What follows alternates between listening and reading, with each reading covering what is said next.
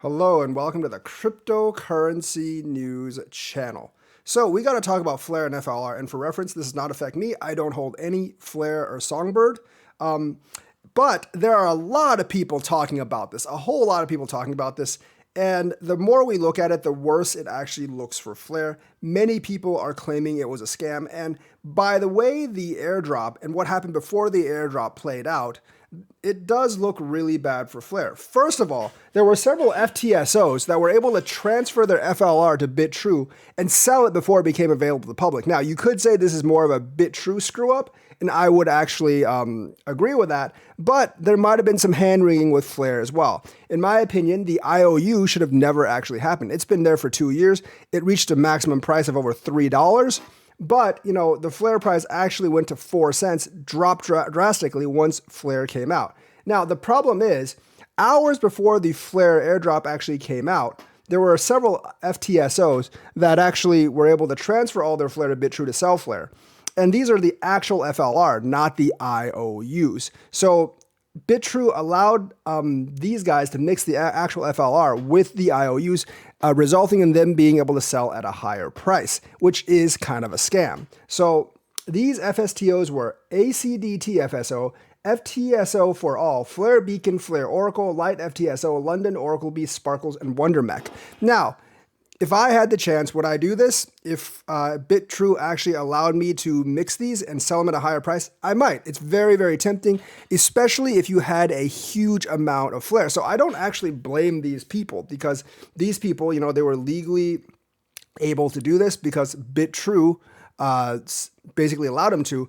And the thing is, I honestly would blame BitTrue more for this than anything else. I don't think the Flare IOU should have ever existed. I think that got people's hopes up, and then it dumped drastically when the coin actually launched. And I thought the coin would dump pretty bad when it first launched, but I didn't expect it to dump to 4 cents. I thought maybe like 10 or 15 cents, but it did dump to 4 cents, and now it's at 3.5, and I do believe it's going to go down because people have just lost all faith in this project right now. And even, with more than that, there were a lot of mistakes that the Flare network made before the key events in this wallet. There were like certain wallets that were open like 7 days before the airdrop. They sent 30 million Flare 3 days before the airdrop. They sent 100 Flare to 2 new FTSOs, on January the 13th. So there were a bunch of like kind of shady things that actually went on before and around the airdrop time that actually have people really, really pissed off. Plus, a lot of people are accusing Flare of lying to the initial XRP holders. And Hugo does not actually inspire much confidence right now. Because remember, the original agreement was if you held XRP by a certain date, you would get the entire airdrop when the airdrop actually happened.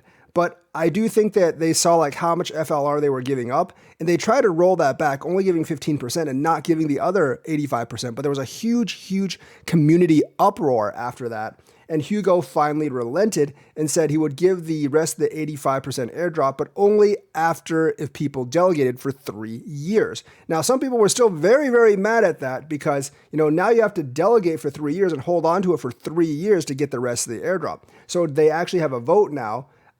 If you vote yes, that means you do have to delegate for 3 years to get the full airdrop. If you vote no, that means you get the airdrop no matter what. And the vote is 95-5 yes. And a lot of people are accusing Flare of rigging the vote because for the